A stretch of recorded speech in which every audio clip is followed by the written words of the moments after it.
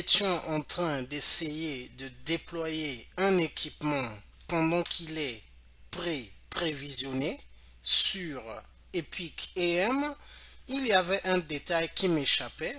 Donc, ce qu'il fallait faire était que vous avez la configuration de cette option dans votre DHCP configuration et vous avez votre équipement, les informations de votre équipement pré déjà sur Epic AM et donc tel que nous l'avions vu, lorsque vous le faites, l'équipement est en pending. Donc, ce qu'il fallait faire, il fallait redémarrer le routeur. Donc, cette procédure qui consiste à pré-prévisionner pour qu'elle fonctionne, il faut redémarrer votre équipement. Donc là, je suis en train de déployer ce routeur. Donc, j'ai redémarré. Nous allons voir pendant qu'il est en train de redémarrer. Donc, je vais rappeler Epic AM et nous voyons qu'il est en pending. Je vais pauser la vidéo. Dès que le routeur sera de retour, nous allons continuer. Pour le routeur redémarrer, l'interface va découvrir le DHCP address et donc il va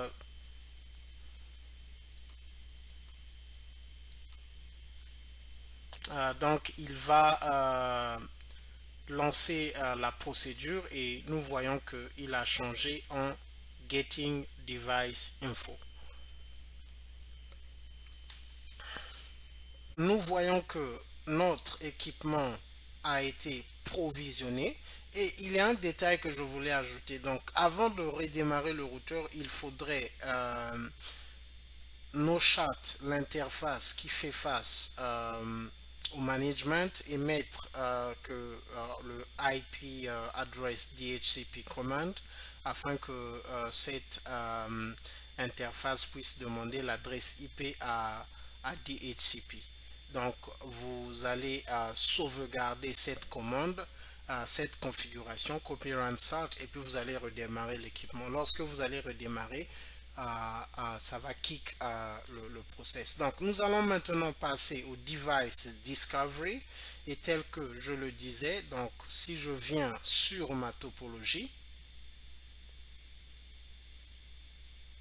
j'ai l'équipement que nous venons de déployer parce que nous en avons 7. Donc sur cette topologie nous avons déjà 6. Il y a les 5 qui sont déjà intégrés et celui qui vient d'être déployé. Epic AM est en train de rassembler les informations. Maintenant, qu'est-ce qu'il faut faire pour que Epic AM découvre les équipements de votre réseau? La première chose que vous devez faire, vous devez partir au System Administration. Oh, excusez, c'est à Settings. Donc à Settings, vous allez faire deux choses. Vous allez configurer les CLI Credentials. Les CLI Credentials, c'est simplement, donc si je prends le MS que j'avais raté, au niveau de chaque routeur, nous avons configuré un username admin et un password admin. Nous avons aussi configuré un enable password admin. Donc c'est ce que vous allez en fait faire au niveau de CLI, donc si vous des PKM. Donc si vous venez vous cliquer sur CLI Credentials, vous mettez admin. Ce que j'ai fait, c'est que username admin et tous les passwords c'est admin puisque c'est un lab. Donc ça c'est le CLI, c'est obligatoire. La deuxième chose obligatoire c'est SNMP. Vous configurez aussi SNMP name admin community admin, donc read. C'est la même chose qui doit être configurée au niveau du routeur, donc tel que vous voyez, community admin read only. Maintenant, la troisième chose, c'est que vous pouvez modifier. Ça, ce n'est pas obligatoire, mais pour éviter que vos sessions puissent time out, retries 3, time out in 100 seconds, parce que le défaut, c'est 5 secondes. Si c'est 5 secondes, ça va commencer à drop les sessions.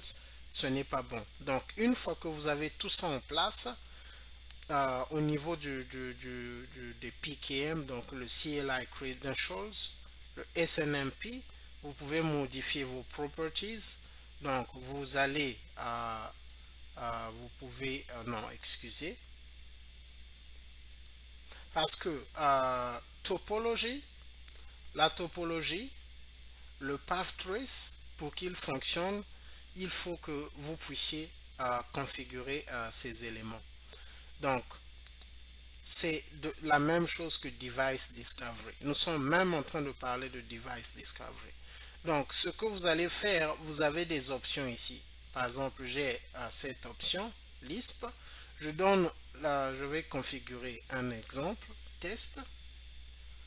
Donc, ce que je fais, vous pouvez faire un Device Discovery au travers de CDP. Dans ce cas, vous devez faire de telle sorte que chaque interface qui fait face au management puisse avoir la commande CDP enable ou encore CDP run dans le global config. Donc, vous avez aussi l'option du range. Pour le range, vous allez faire par exemple, le 10, ok, 192, 168, 100, 0, ok, mettons 1 et 192, 168, je vais mettre 78 jusqu'à 200, 78 jusqu'à 200. Ok, donc vous faites ça. Donc vous avez ajouté, et ce que vous allez faire, vous pouvez start. Donc si vous cliquez start, new discovery. Donc Epic AM va commencer à envoyer des paquets pour retrouver les équipements qui ont des adresses qui sont dans ce range. Je peux stop ça puisque ce n'était qu'un test. Encore, je peux delete, yes, mais c'était pour nous montrer. Et donc, le test que nous sommes en train d'utiliser, c'est ce test.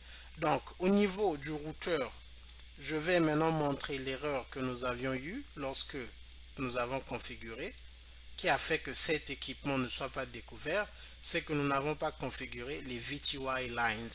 Si je prends un autre équipement que nous avons configuré, vous allez voir que à la fin, il y a les VTY lines, le virtual, les lignes de configuration virtuelle pour SSH Ethernet. Donc, ce que nous allons faire, nous allons ajouter ça, et c'était au niveau du MS, ok. Donc, nous allons mettre enable, ça va nous demander le password admin. Nous sommes dans ce routeur pour vérifier que nous n'avons pas les VTY lines configurées. Nous allons partir, et donc tel que vous voyez, les VTY lines sont à leur default. Il n'y a pas la commande transport input all. Donc c'est ce qui manque, et le login local. Le login local pour dire à tout équipement qui veut se connecter d'utiliser le admin que nous avons configuré. Donc pour faire activer la découverte de cet équipement, nous allons faire, je vais d'abord faire debug telnet. C'est aussi possible de le faire en utilisant SSH, mais nous voulons faire quelque chose de simple. Ce n'est qu'un lab, même si ce n'est pas sécurisant. Nous allons venir, excusez, c'est l'autre que je devais garder. nous allons venir configure terminal et nous allons partir VTY, excusez, line con VTY, oh excusez, line VTY 0 à 4, nous allons ouvrir 5 lignes et nous allons partir transport input all. Lorsque nous mettons input all, c'est mieux parce que ça permet d'utiliser SSH et Telnet, les deux types de transport. Nous allons dire login local. Nous allons sortir d'ici et nous allons voir ce qui va se passer puisque nous avons déjà activé les debug. Lorsque nous revenons ici à Lisp, nous allons encore lancer une nouvelle discovery start et nous allons voir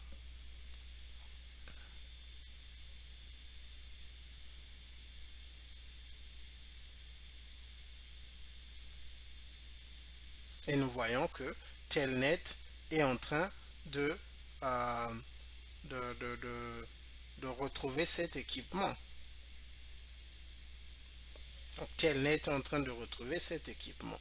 Donc, si nous c'est en progrès,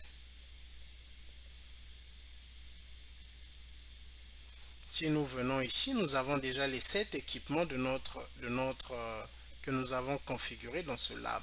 Et donc, nous voyons que EpicAM a validé les settings. Donc, celui que nous venons d'ajouter, c'est le MS-MA11. Nous voyons, nous devons le retrouver, le MS-MA11-4.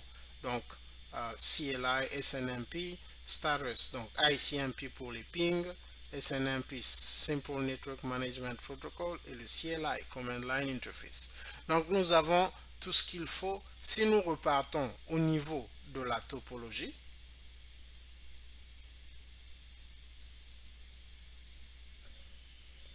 comme vous le remarquez, nous avons les 6 équipements qui sont déjà intégrés et il y a le 7e équipement qui est en train d'être on board sur la topologie d'EpicAM. Nous nous retrouvons lors de la prochaine session pour continuer. Que Dieu vous bénisse.